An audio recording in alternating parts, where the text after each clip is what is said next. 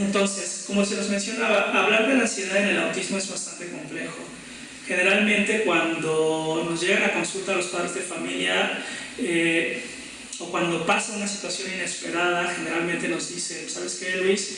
Es que creo que está ansioso. ¿Por qué? Porque la situación se salió de control o le cambiamos la dinámica o tiene nuevos maestros, etc. Y generalmente lo que se dice es que está ansioso. Nos volvemos, o los padres de familia o muchos profesionales se vuelven expertos diagnostas de la ansiedad del autismo. La ansiedad no es tan simple. Sí, evidentemente es la conjunción de distintas manifestaciones conductuales, pero tal cual denominarla como ansiedad, pues es bastante erróneo. ¿Vale? Entonces, hablar de la ansiedad en el autismo, primero tenemos que hablar acerca de la ansiedad. ¿Qué es la ansiedad de manera general, sin hablar de los trastornos del neurodesarrollo? Y la ansiedad es un conjunto de síntomas, es una construcción, ¿vale? Recuerden que nosotros, los especialistas en psicología, o los profesionales en psicología y los profesionales en salud, trabajamos con base en constructos. Lo que sucede es que se inventa el nombre de ansiedad y dentro de este nombre de ansiedad le metemos distintas manifestaciones sintomatológicas, ¿vale? Estas condiciones, este conjunto de conductas generalizadas surgen a partir de algo llamado miedo, ¿vale? Generalmente nosotros cuando tenemos miedo o cuando se nos presenta un evento en particular, llámese un animal o llámese una situación inesperada o alguna situación que generalmente nos genera conflicto, ¿sí? O nos genera incertidumbre, ¿sí? Evidentemente nos detona lo que es el miedo. A partir de ese estímulo, ese evento que estamos nosotros presenciando, es por lo que se nos detona la ansiedad, ¿vale? Entonces, la ansiedad surge a partir del miedo y lo que tenemos que identificar nosotros en primera instancia es en qué momento este miedo pudiera estar detonando una ansiedad que no pudiera ser beneficiosa o que pudiera propiciar conductas no adaptativas en nosotros, ¿vale? Porque ese precisamente es la palabra clave de la ansiedad, ¿vale? La ansiedad lo que detona, o las conductas de ansiedad lo que permiten es o desarrollar conductas adaptativas para poder ajustarnos a las convenciones sociales o no ajustarnos a esas convenciones sociales. O sea, tenemos estas dos vertientes, pero eso surge a partir de este estímulo que nos genera miedo. Sin embargo, recuerden que el miedo tal cual es una manifestación saludable del instinto de preservación que tenemos nosotros y nos permite a nosotros el miedo sobrevivir y perpetuarnos, por así decirlo. Es una especie de mecanismo que nos permite decir, oye, afronta esa situación o ese objeto o ese animal, o huye de esa situación o ese evento o ese animal, ¿vale? Entonces, ese es el problema, ¿sale? Que muchas veces estas situaciones de miedo a nosotros nos desorganizan de tal manera o no sabemos o realmente nos desbordan, esta situación y por ende genera distintas formas de manifestación de la ansiedad, ¿vale? Entonces, el problema surge cuando este miedo es permanente, este miedo es sostenido. Cuando este miedo es sostenido, ¿qué significa tener miedo sostenido? Significa que a pesar de que no esté el estímulo, que generalmente nos causa miedo, a pesar de que no esté el animal, o el evento, o la situación en particular, yo estoy en esta especie de loop pensando en ese estímulo, en ese animal o en ese evento, ¿ok? Le estoy dando vueltas y eso me detona la ansiedad. Precisamente ese es el miedo permanente, ¿sí? El miedo que persiste a pesar de que el estímulo no esté presente. Y entonces, lo que sucede aquí cuando el estímulo no está presente es que se detona algo llamado el mecanismo miedoso. Y el mecanismo miedoso es una respuesta, ojo, desadaptativa, que deteriora la integridad física y psicológica de las personas. Ojo, eso es lo que tienen que guardar muchísimo, porque tanto el concepto de miedo como el concepto de ansiedad, lo que tienen enraizado o lo que tienen en conjunto o en común es precisamente hablar de adaptación o desadaptación, ¿vale? Entonces, el problema real surge cuando estas situaciones de amenaza o estos objetos o estos eventos son, ojo, malinterpretados por las personas, ¿sí? Y al ser malinterpretados genera acciones o conductas que pudieran ser no adaptativas ante esas situaciones. ¿Sí ven? Tenemos algo que nos detona, que es un mecanismo, el miedo, tal cual, el cual se detona cuando se nos presenta un estímulo en particular.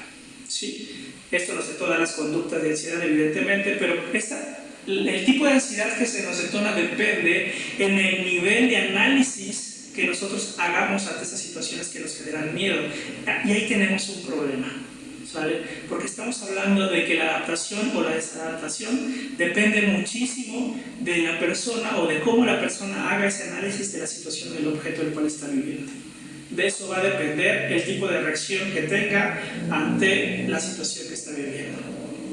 Entonces, si nos damos cuenta, el tener ansiedad es la conjunción de muchas reacciones físicas, biológicas, fisiológicas, afectivas y evidentemente conductuales. ¿Sí? Es la conjunción de muchas cosas.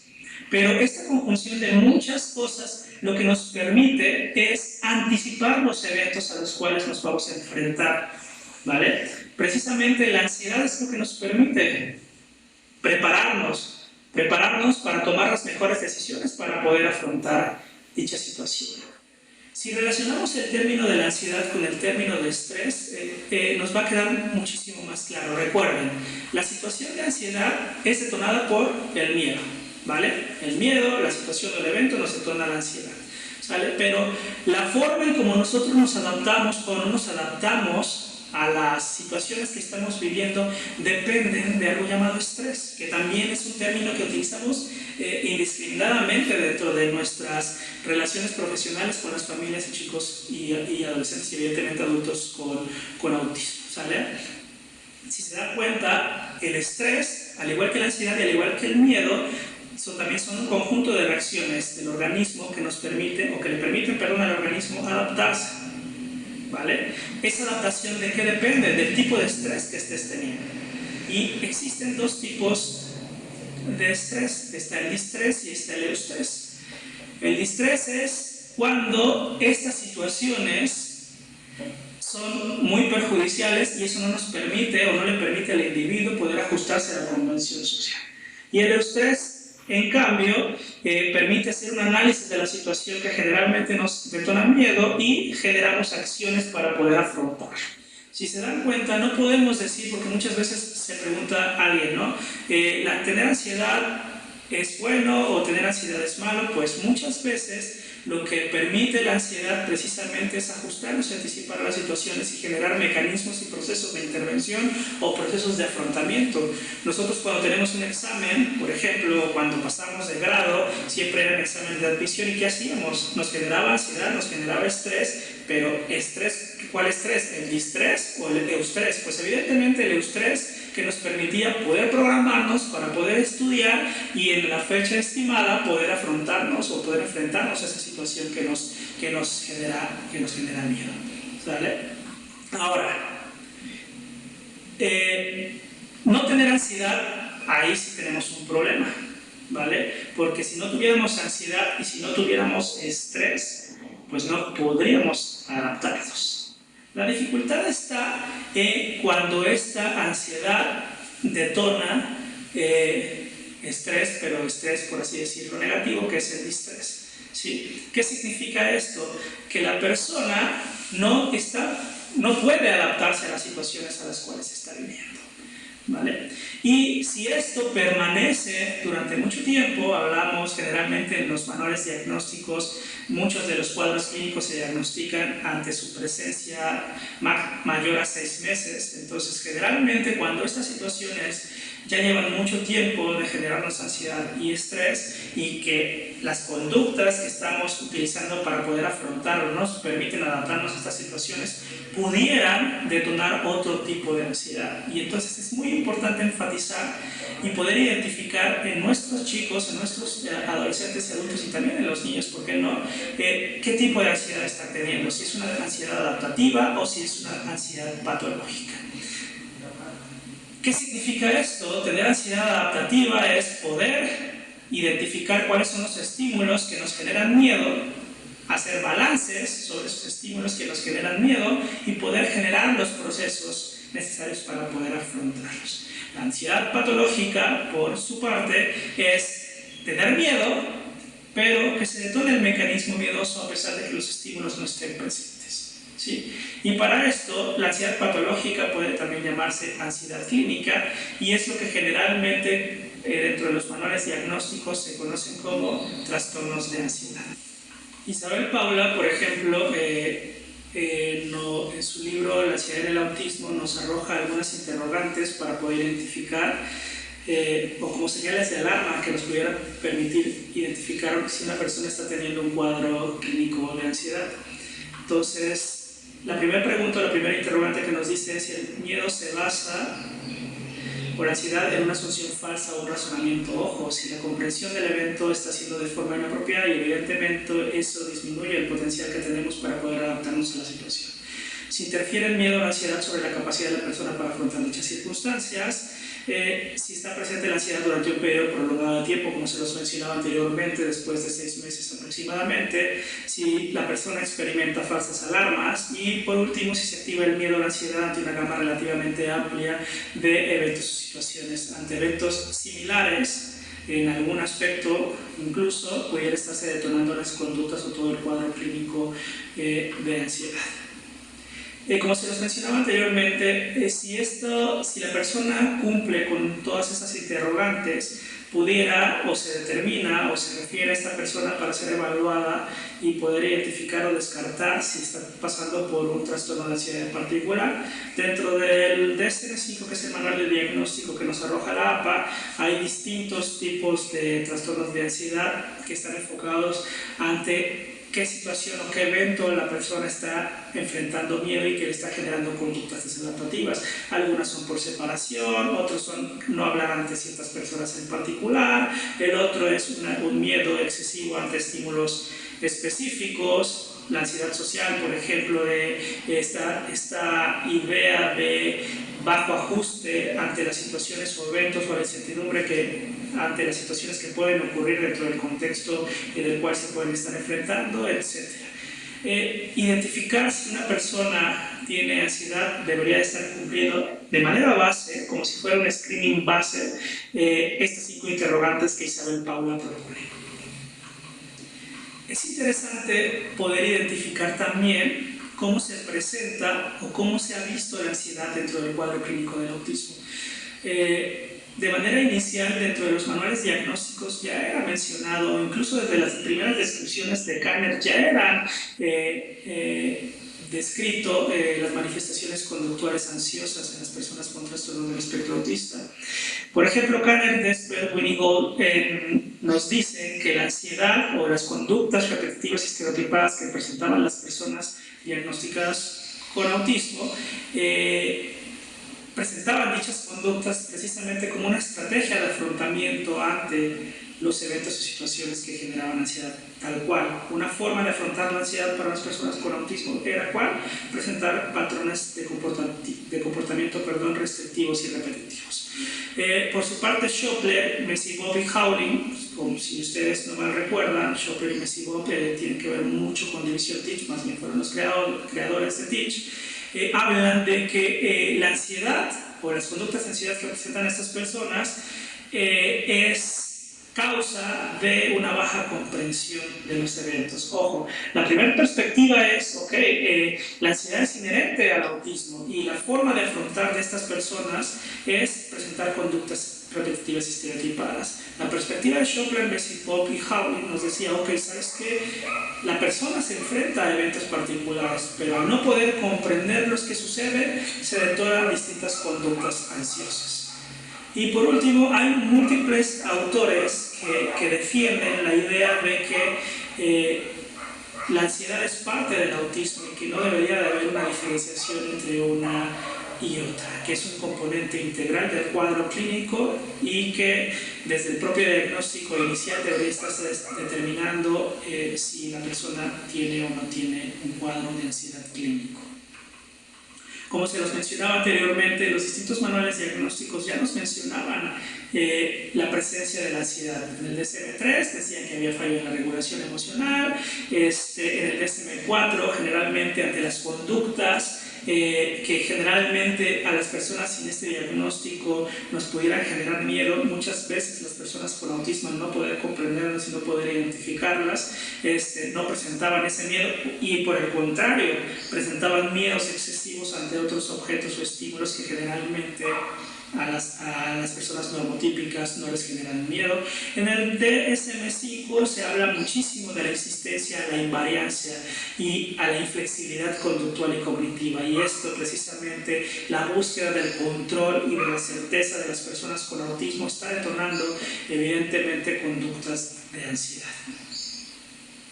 Esto que nos hace pensar con este debate entre la perspectiva que tenía Kanner, que tenía Wing, que tenía Desper, como una forma de afrontamiento de las conductas estereotipadas, y lo que decía Schopler y Messi-Bob acerca de una baja comprensión, nos dice, ¿sabes qué? Algunos lo identifican como manifestaciones conductuales de afrontamiento hacia la ansiedad, algunos otros como una baja comprensión del lenguaje a nivel semántico y pragmático, y algunos otros nos dicen que no es inseparable. Entonces, esto nos hace reflexionar, y también Isabel Paula en su libro hace una reflexión bastante interesante acerca de si existe comorbilidad o no comorbilidad dentro del autismo con respecto a la ansiedad. ¿Qué significa tener comorbilidad dentro del autismo? Si hubiera ansiedad con comorbilidad con el autismo, la ansiedad se debería el desarrollo etiológico de la ansiedad debería ser símil o idéntico a cómo se desarrolla en personas sin autismo. Esto es bastante complicado precisamente por las conductas inherentes o el cuadro clínico o la manifestación sintomatológica que tienen las personas diagnosticadas con autismo. Por eso es que identificar una comorbilidad real entre la condición de las personas con autismo es bastante complejo. Hay otra perspectiva que nos dice que existen personas que tienen, o dentro de su diagnóstico, tienen trastorno del espectro autista con comorbilidad con ansiedad, y muchas veces esta comorbilidad con la ansiedad se deriva por un mal diagnóstico de estas personas, ¿sí? Muchas personas diagnosticadas con trastorno obsesivo compulsivo comparten con las personas con autismo ciertas características conductuales hacia ciertos intereses restrictivos y repetitivos, o las personas que tienen un trastorno de ansiedad como la fobia social, pues evidentemente comparten algunas situaciones o algunas características sintomatológicas con el cuadro de TEA. Sin embargo, el autismo, la diferencia entre estos y el autismo es que la persona diagnosticada con autismo tiene un déficit sociocomunicativo base.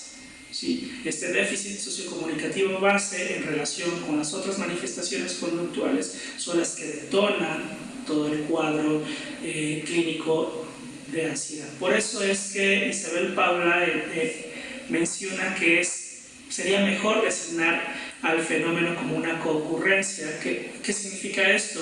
Que la ansiedad o las características o el cuadro clínico tal cual, o las manifestaciones conductuales de la ansiedad pueden ocurrir a la par del cuadro clínico del autismo. Puede ser ya sea detonada por las características sintomatológicas del autismo o viceversa. Es importante tener definido como ocurrencia al no saber que la ansiedad tiene origen en el mismo autismo. Existen dos hipótesis de explicación de la posible aparición de la ansiedad dentro del trastorno del espectro autista. Uno es la hipótesis del error social y la otra es el de la carga alostática. ¿Qué significa la hipótesis del error social? Como todos sabemos, y si no lo sabemos ahorita vamos a tratar de dejarlo un poquito en claro, dentro del autismo existen distintos niveles de explicación, ¿vale? Generalmente los cuadros clínicos asociados o la sintomatología asociada, como la ansiedad, dentro del autismo se definen conductualmente de manera evidente. Sin embargo, tanto el autismo como cualquier otro cuadro clínico tiene tanto el nivel conductual, de análisis conductual o de procesamiento, como el análisis biológico. ¿Qué significa esto? Que en la hipótesis del error social existen distintos mecanismos cognitivos que tiene que estar implementando el individuo para poder identificar los estímulos y poder hacer balances, poder hacer interpretaciones y evidentemente tomar acciones sobre esas situaciones en las cuales está viviendo. Sin embargo, el tener autismo, ¿cuál es la dificultad? La dificultad se basa en las habilidades sociocomunicativas básicas. ¿Qué significa esto? Que la persona que tiene autismo, o muchas de las personas que tienen autismo, tienen una dificultad para poder comprender, una dificultad a nivel semántico dentro del lenguaje. Entonces, dentro de un evento en particular, esta persona está en primera instancia identificando de forma inapropiada los estímulos importantes de ese contexto.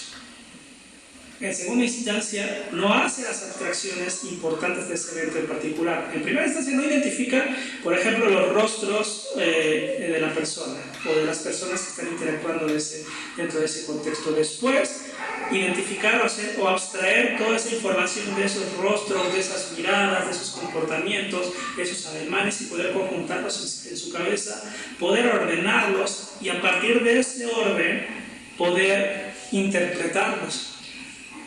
Y evidentemente después de que lo comprendes, que identificas, que abstraes, que integras, que ordenas, que comprendes, pues posteriormente te ajustas y te adaptas, ¿sí? El propio diagnóstico del autismo dificulta precisamente esto, ¿sí?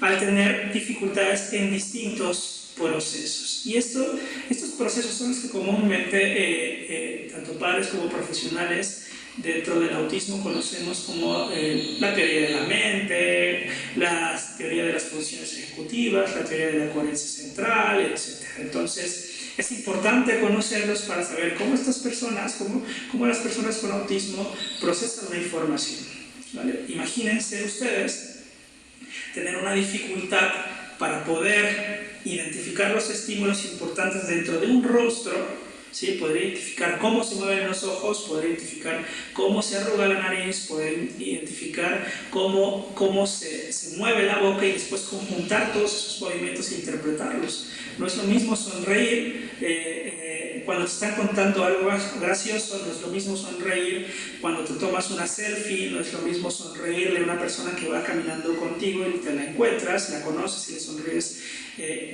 de manera simple, ¿no? Todos significan sonrisa, pero tienen un significado completamente distinto. Entonces, imagínense no poder hacer todas esas abstracciones y poder conjuntarlas y ordenarlas en la cabeza. Eso tiene que ver, evidentemente, con coherencia central, ¿sale? Entonces, esta dificultad, ¿qué hace? Pues, generalmente, lo que nosotros, los profesionales en psicología y profesionales en salud conocemos como alexitimia, ¿no? La incapacidad para poder identificar emociones y evidentemente poder manifestarlas o poder utilizarlas de forma apropiada dentro de las interacciones sociales. Entonces, desde ahí ya tenemos un problema inherente. La baja identificación y el bajo uso de las emociones está haciendo que estos chicos o estas personas tengan un bajo ajuste social dentro de ellas. Y esto evidentemente hace que tengan un constante fracaso dentro de las interacciones y por ende, al tener fracasos recurrentes, las interacciones sociales van disminuyendo. Muchas veces en las personas anteriormente, antes de mayo de 2013, diagnosticadas con síndrome de Asperger, pues eran personas que identificaban que fallaban dentro de las interacciones sociales. Esta dificultad inherente a su diagnóstico estaba detonando cuadros clínicos o cuadros de ansiedad en particular al identificar que no pueden ajustarse a las convenciones sociales o que tienen dificultades severas en ello. Otro es las alteraciones que influyen en la hipótesis del error social son las dificultades pragmáticas. Como se los decía yo, al tener una baja comprensión del lenguaje, una baja semántica, pues evidentemente voy a tener un bajo ajuste social. Si no soy capaz de identificar las emociones, si no soy capaz de identificar las miradas, si no soy tengo dificultades para identificar, los gestos, pues evidentemente no voy a poder inmiscuirme dentro de una interacción de forma apropiada. Y por último, la teoría de la mente. No por último, esto es solamente un ejemplo. La teoría de la mente, como ustedes saben, tiene que ver muchísimo con la intersubjetividad, tiene que ver muchísimo con los procesos de empatía. Sin embargo, poder inferir lo que está pensando o sintiendo el otro implica, en primera instancia, poder identificar tus propias emociones, ¿sale? Poder identificar tus propios gestos, poder identificar tus propias miradas, ¿sí? Ya que tienes un abanico más o menos apropiado de qué es lo que te genera placer, gusto, displacer, etcétera, ya que tienes identificado la importancia de la mirada dentro de las interacciones, etcétera, pudieras tener las posibilidades de poder interpretar o inferir qué puede estar pensando o sintiendo el otro. ¿Sí? Estas dificultades en los procesamientos, en los niveles cognitivos de las personas diagnosticadas con autismo, evidentemente limitan muchísimo sus interacciones y por ende son más propensos a presentar cuadros clínicos de ansiedad. El otro tiene que ver con la otra hipótesis, se llama la carga alostática, en donde se ven inmiscuidos tres áreas específicas del cerebro, que son la amígdala, el córtex prefrontal medial y el hipocampo. Estas tres áreas funcionan como una especie de circuito. No quiero hablar muchísimo en este término, en aspectos más técnicos. Imagínense que una parte de este circuito es la que identifica los estímulos importantes. ¿Sí? Cuando tú llegas a una interacción, tú llegas a un círculo de amigos, identificas los rostros, ¿no? Pones atención a los rostros de la interacción. Entonces, bueno, ya identificas los rostros y entonces, ¿qué haces posteriormente? Dices, pones los rostros de todos los compañeros que están platicando y están sonriendo carcajadas, los conjuntas en tu cabeza y haces un balance de eso, haces una interpretación. Y esa interpretación que haces a partir también de experiencias vividas anteriormente determina el valor emocional que tú le puedes dar a esa situación que está ocurriendo en ese momento. ¿Qué significa eso? Que al momento de tú hacer ese análisis, se espera apropiado, tú puedas tomar la decisión de poder inmiscuirte dentro de esa interacción social. ¿Sale?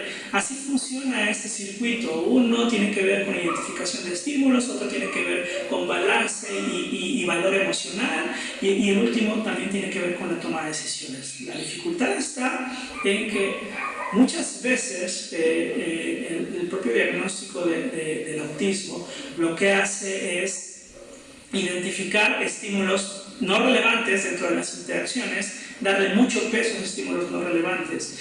Y también la otra parte hace balances o valoraciones excesivas a nivel emocional a esos estímulos en particular, y por ende las tomas de decisiones, más bien no las tomas de decisiones sino las conductas, son completamente desadaptativas. Esto hace evidentemente que haya una hiperactividad dentro de este circuito y existe una especie de daño dentro de este circuito que pudiera estar generando que dentro del nivel biológico de la comprensión del cuadro clínico de autismo, esta persona tenga más dificultades, más propensa a generar conductas de ansiedad.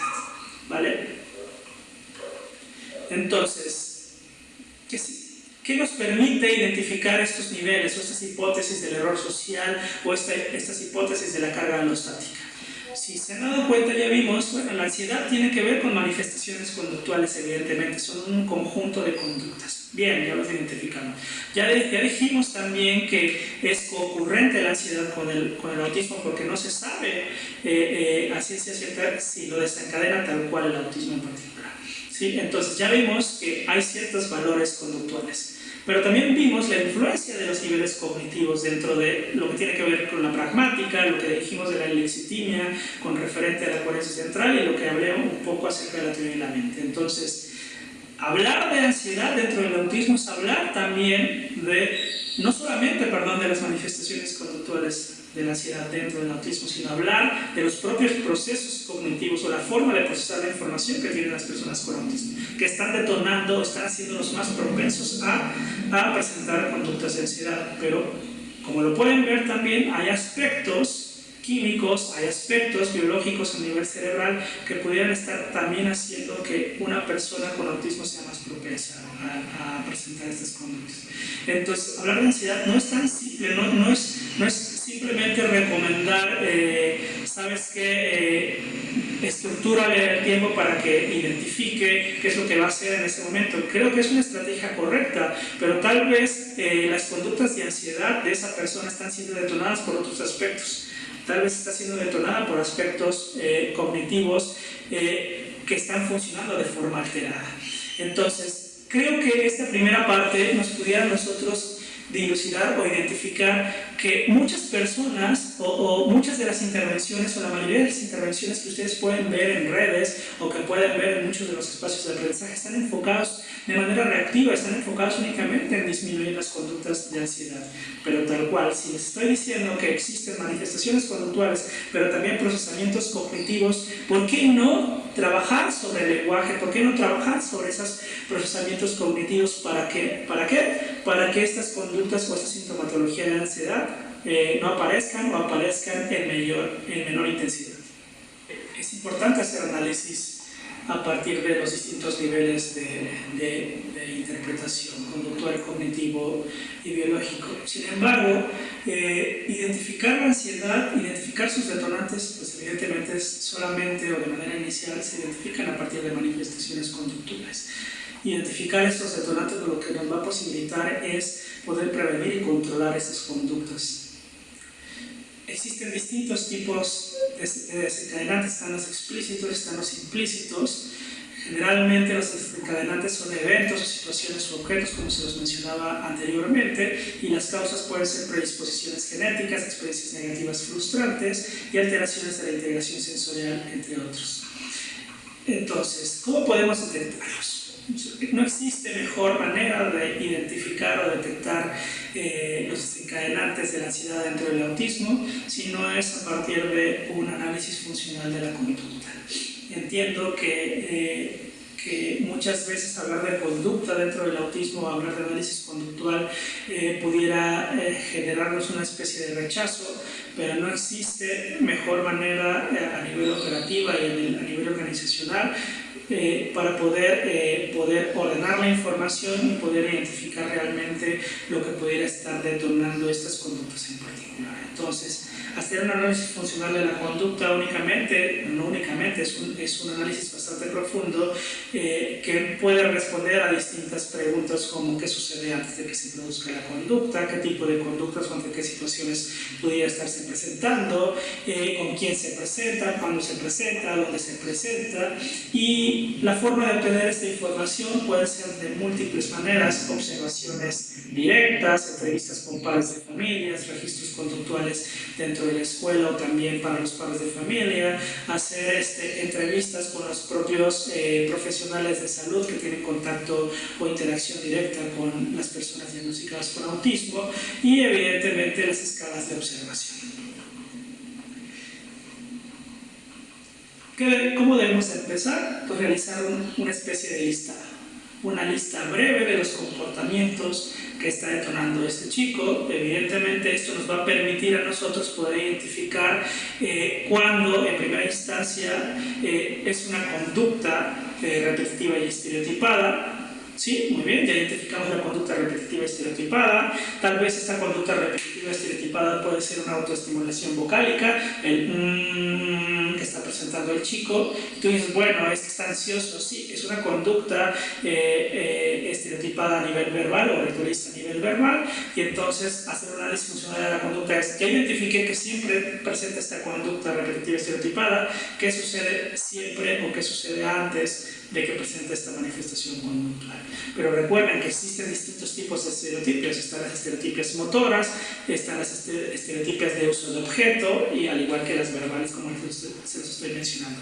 Los propios rituales también, ¿no? El hacer las filas, en muchas ocasiones lo que busca esta persona es tener certeza ante la situación que está viviendo. Esto lo puede controlar, ¿sí? Entonces, esto pudiera estar generando o pudiera ser una especie de búsqueda para poder tranquilizarse dentro de. Entonces, hacer listas de conductas, identificar los factores próximos al tiempo. Entonces, ya identifiqué la conducta que yo creo en ese momento todavía que es una conducta propia de la ansiedad ante una situación o evento o objeto que está presente en particular, y entonces mido el tiempo y identifico situaciones previas, identifico el tiempo entre la situación previa y la manifestación conductual.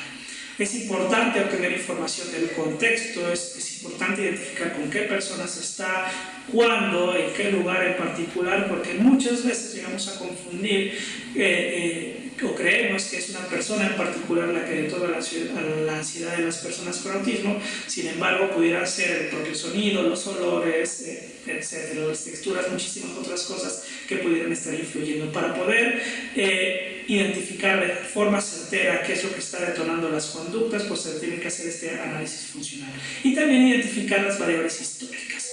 Las variables históricas pueden ser situaciones de maltrato, pueden ser situaciones de bullying, las propias situaciones temperamentales del chico y el rechazo social excesivo y reiterado hacia estas personas. ¿Cuáles son las causalidades evidentes? Pues la que mayormente, y muchos, incluso Templegrand en sus libros menciona que es uno de los factores determinantes para la manifestación de conductas disruptivas y estereotipadas, pues son las sobrecargas sensoriales, los retos en la integración sensorial. Entonces, generalmente, o los que más desorganizan conductualmente a una persona con autismo es precisamente la hiperreactividad ante los estímulos o la hiporreactividad ante ellos. La hiper es identificar muy fuerte los estímulos sensoriales auditivos, visuales, olfativos, gustativos, etc. Y la hiporreactividad es que necesito mayor estimulación para poder identificar ese estímulo sensorial. Entonces, tener dificultades, imagínense una persona que está en constante hiperreactividad a nivel auditiva. Nosotros la identificamos como una manifestación conductual, ¿no? Se tapan los oídos. Sí, pero muchos chicos con autismo o adolescentes adultos cuando se tapan los oídos, ¿qué más presentan? Es una especie de conducta de huida, ¿no? Ante un estímulo agresivo, pero posteriormente a eso se detona una conducta repetitiva estereotipada como una autoestimulación vocálica. Generalmente o muchas veces tapan los oídos y hacen un sonido y aparte se balancean también. Entonces, estas situaciones o esta desorganización a nivel sensorial hace que este chico no tenga las posibilidades de poder enfrentarse a una situación social o poder aprender de las situaciones sociales. ¿Por qué? Porque el propio medio, el propio contexto está generando situaciones de rechazo o huida. Es importante también identificar que aparte de la hiperreactividad sensorial y la hiporreactividad, también existen chicos que se les denominan buscadores sensoriales. O sea, estos chicos denominados buscadores sensoriales son generalmente los chicos que están contigo y te pasan, no sé, para las personas que tienen barba, ¿no? Les pasan la mano en la barba y se están estimulando y después constantemente se están poniendo la mano para poder tallar su mano en tu barba, o los que están en constante balanceo, en constante estimulación, jalarse, etc. Estos buscadores sensoriales son personas que se desorganizan en mayor medida a nivel conductual y eso imposibilita que puedan prestar atención ante eventos en particular y esto evidentemente limita su aprendizaje social. Tener una crisis ante una baja integración sensorial limita, como se los mencionaba anteriormente, las posibilidades de poder interactuar socialmente. Si los propios canales iniciales, si ustedes los identifican, ¿no? A nivel de etapas de desarrollo, cómo inicia el conocimiento del mundo, pues es a partir de los aspectos sensoriales. Entonces, si desde tu nacimiento tienes dificultades para poder integrar estos estímulos de forma apropiada y generar experiencias emocionales positivas, pues evidentemente estas personas van a tener un rechazo en múltiples ocasiones ante los contextos aversivos y esto ante vivir en un mundo completamente caótico a nivel sensorial, pues van a estar en una hipervigilancia ante esos estímulos para poder no afrontarlos y van a estar siempre en constante rechazo y huida.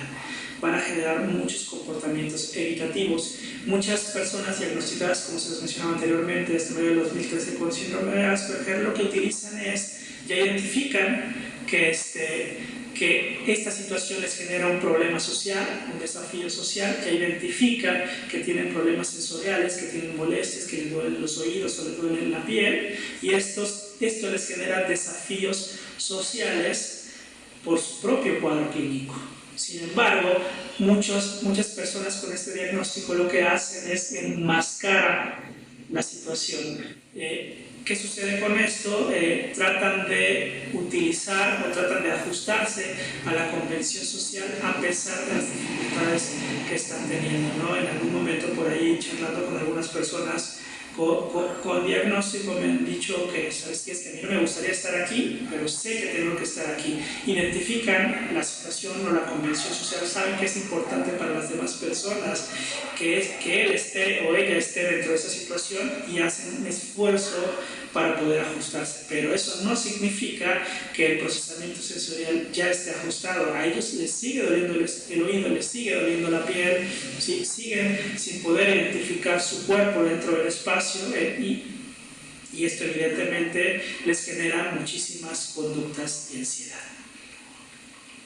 No obstante, hay otros aspectos. Uno de los aspectos o el aspecto más importante desde mi punto de vista para poder no solamente identificar, sino poder ajustarse o generar mejores estrategias de afrontamiento ante las situaciones que nos generan ansiedad, pues evidentemente es el lenguaje.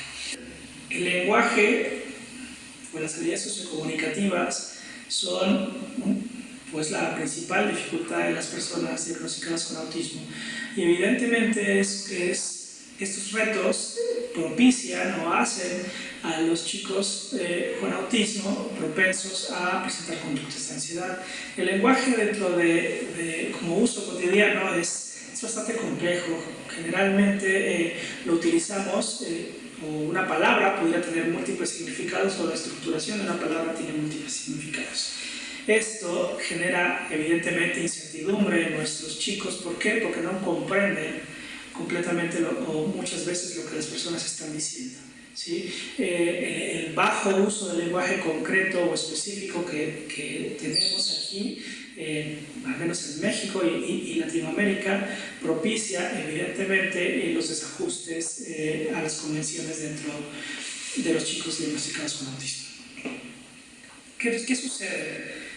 Pues evidentemente hay malentendidos en la comunicación. ¿Por qué? Porque malinterpretan los comportamientos de los demás. Recuerden que el lenguaje no solamente es la organización y estructura de las palabras, el uso o el habla o la estructuración del habla o de las palabras. El lenguaje tiene que ver con significado y tiene que ver con uso de dentro de las interacciones. Pero el lenguaje también puede ser dividido entre no verbal y verbal, ¿sale? Y yo siempre les digo a las familias cuando llegan conmigo, o sea, ¿qué aprende primero el chico o una persona?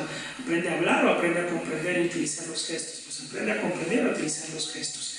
Muchas personas, muchas personas con autismo lo que hacen es intentan interpretar o organizar la información que escuchan.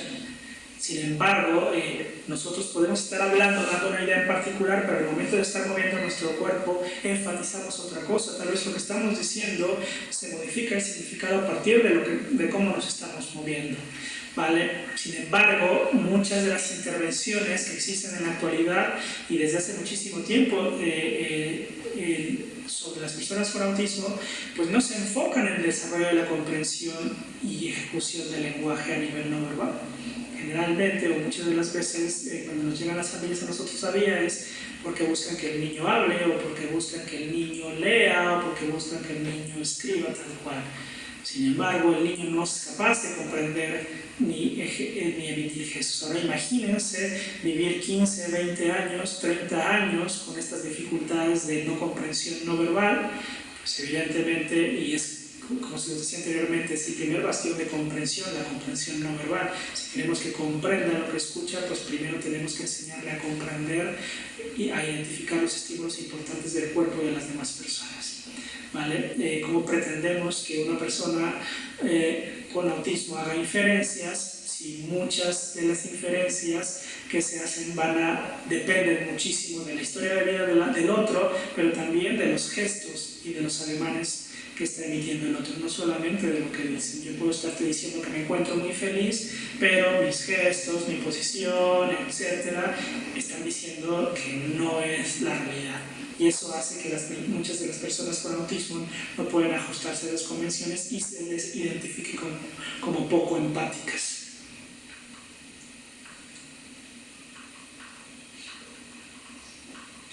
Entonces, ¿qué sucede? Como se nos mencionaba también anteriormente, las personas con autismo suelen encubrir que están estresadas. ¿Sí? ¿Por qué? Porque identifican que tienen esta dificultad a nivel sociocomunicativo y lo que intentan, y porque saben que es importante, muchas veces la interacción social, intentan interactuar socialmente y eso hace que encubran sus manifestaciones conductuales. ¿Sí? ¿Qué es lo que generalmente les genera una inconformidad o disconfort a ellos? Pues evidentemente las invasiones de su espacio privado, las interrupciones a algunos rituales o conductas estereotipadas, el contacto físico no deseado y muchas instrucciones a seguir. Si se dan cuenta, son muchos aspectos a nivel sensorial y son muchos aspectos a nivel de lenguaje, pero de lenguaje hablado.